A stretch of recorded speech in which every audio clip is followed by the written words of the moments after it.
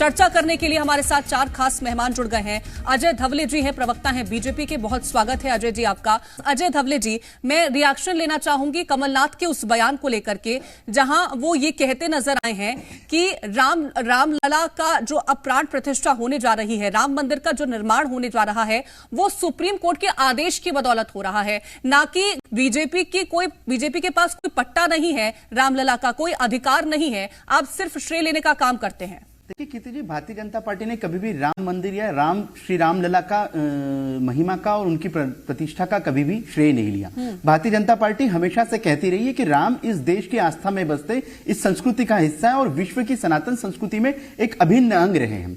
रही बात कमलनाथ जी के पट्टे वाले बयान की, तो कमलनाथ जी को यह स्पष्ट करना चाहिए कि 1992 में जब चुनी हुई सरकारें सिर्फ राम भक्ति के लिए गिरा दी गई थी, उस तत्कालीन सरकार में नरसिम्हा राव जी की कमलनाथ जी कैबिनेट मिनिस्टर थे और कमलनाथ जी को स्पष्ट करना चाहिए कि उस समय जो मध्य प्रदेश की सरकार, राजस्थान की सरकार, उत्तर प्रदेश की सरकार और हिमाचल की सरकार गिरा दी गई थी, तब आपने आपकी राम भक्ति क्यों नहीं दिखाई थी। तत्कालीन प्रधानमंत्री जी को आपको इस्तीफा दे देना चाहिए था कि मैं राम भक्त हूं और ये सरकार आप जो सिर्फ राम भक्ति के लिए गिरा रहे हो, ये नैतिकता के आधार पर कहीं पे भी ठीक नहीं है।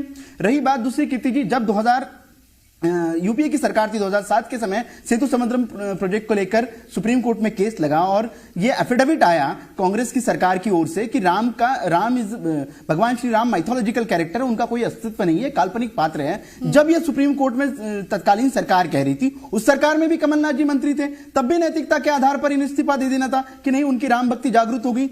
आज देखिए, जब हिंदू समाज, सनातन समाज कि उत्सव का विषय है और जब ऐसे उत्सव के विषय में आप भारतीय जनता पार्टी से इसको जोड़ रहे हैं, कहीं ना कहीं राजनीति कौन कर रहा है। मध्य प्रदेश के विधानसभा चुनाव के समय कीर्ति जी, जब रामलला की प्राण प्रतिष्ठा की तारीख के पोस्टर लगे थे, कमलनाथ जी वही व्यक्ति हैं, इनके कांग्रेस के लोग वहां इलेक्शन कमीशन में जाके विरोध कर रहे थे कि नहीं, ये पोस्टर नहीं लगने चाहिए। तो राम भक्ति का विरोध तो आपने किया। हम तो हमेशा से कहते हैं कि राम 140 करोड़ देशवासी के, कमलनाथ जी आपके भी राम है। नैतिकता के पैमाने पर आप स्वीकार कीजिए कि राम आपके हैं और कांग्रेस की लीडरशिप को, सोनिया गांधी जी को, राहुल गांधी जी को पूछिए कि अयोध्या में जाएंगे या नहीं जाएंगे, और जाएंगे तो इतने वर्षों से क्यों नहीं गए। आप कहते हैं राजीव गांधी जी ने ताला खुलवाया, लेकिन आपने कभी 1992 में जब सरकार ने सरकारें गिरा दी थी, तत्कालीन सरकार ने चुनी हुई सरकारें गिरा दी थी, तब आपने कभी गांधी परिवार का विरोध किया? आपने जब राम भक्तों पे गोलियां चल रही थी, सरयू जब खून से लाल हो रही थी, तब आपने कहीं विरोध किया?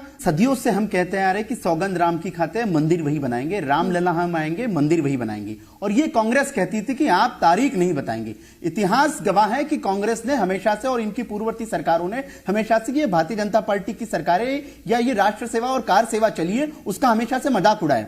बात कर लेते हैं कीर्ति जी, जब देश के तत्कालीन प्रधानमंत्री थे नेहरू जी और राष्ट्रपति जी सोमनाथ जाने वाले थे, तो उन्हें भी जाने से रोका गया।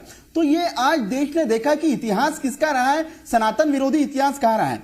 रही बात भारतीय जनता पार्टी की सरकार की, तो हम कहते थे, और हमारे आप मैनिफेस्टो उठा के देख लिए, हमारे सारे संकल्प पत्र में यह लिखा है कि सुप्रीम कोर्ट के दायरे में रहकर, सुप्रीम कोर्ट के निर्णय के अधीन इस भव्य दिव्य मंदिर का निर्माण कराएंगे। और देखेंगे आप, रिकॉर्ड समय में लटकाने, अटकाने, भटकाने का काम इनकी सरकारों ने किया है। उत्तर प्रदेश में भी माननीय योगी आदित्यनाथ जी की सरकार अगर नहीं होती, तो निश्चित रूप से जिस प्रकार से अयोध्या में भूमि का विवाद कांग्रेस की तत्कालीन सरकारों ने कहा है, इनके मुख्यमंत्री हुआ करते थे, तो किस प्रकार से वो भूमि का विवाद भी अटकाया जाता।